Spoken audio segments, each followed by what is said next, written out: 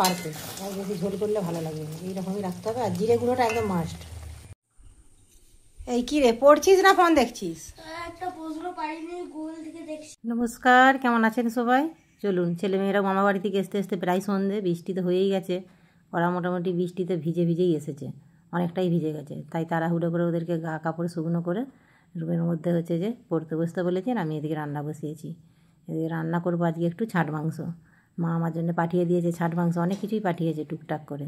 তার মধ্যেই ছাট মাংসর একটি অত্যন্ত প্রিয় আমার এই মাংসটি হচ্ছে যে বহুদিন হলো খাইনি। বাপের বাড়িতে গেলেই মাঝে মাঝে খাওয়া হয়, আমাদের এখানে পাওয়া যায় না এটা যদিও, সেই জন্যই খাওয়া হয় না। আমাদের এখানে ছাল সমেত যেমন মাংস বিক্রি হয়, ওখানে দেখেছি ছাল আর মাংস আলাদা করে বিক্রি করা হয়, কেন ওখানে অনেকেই আছে ছাল সমেত মাংস খায় না। তবে এটা খেতে খুব ভালো লাগে, যেমন মাংস রান্না হয় সেইভাবেই মশলা কষিয়ে, তবে এটা কষা কষা করতে হবে, বেশি ঝোল করলে ভালো লাগবে না। এই যে দিয়ে দিয়েছি, আর এটা অল্প সময়ের মধ্যেই রান্না করতে হয়ে যায়, বেশি সময় লাগে না, যেহেতু ছাল তো হাড় কিছুই নেই এর মধ্যে, সেই জন্যেই।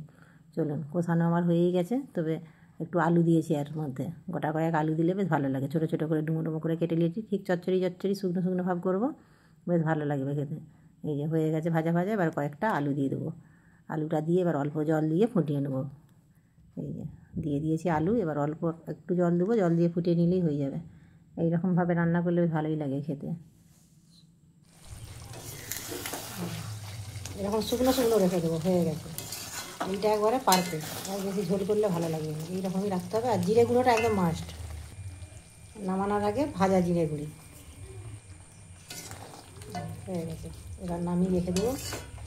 খাবার সময় হচ্ছে যে বেড়ে নেবো, এখন এরকমই থাক, গরম থাকবে।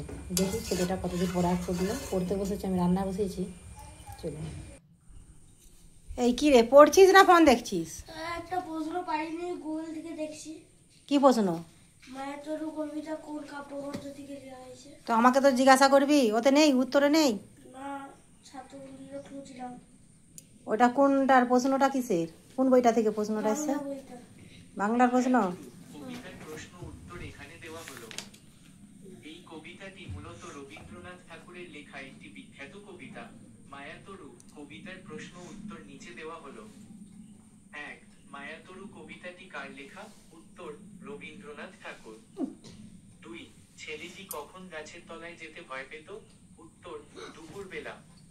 3. ছেলেটি কেন গাছের তলায় যেতে ভয় পেত? উত্তর। ওদিকে আমি রান্না বসেছি, এদিকে ওরা ফোন নিয়ে পড়তে বসেছে, দেখেছেন কাণ্ড। তবে একদিকে ভালো, যেটা না পারবে ফোনের সার্চ করলেই পাওয়া যাবে। যেমনি ফোনের একদিক খারাপও আছে, তেমনি ভালোর দিকটাও আছে, ভালোর দিকটা যদি কাজে লাগানো যায় বেশ ভালোই হয়।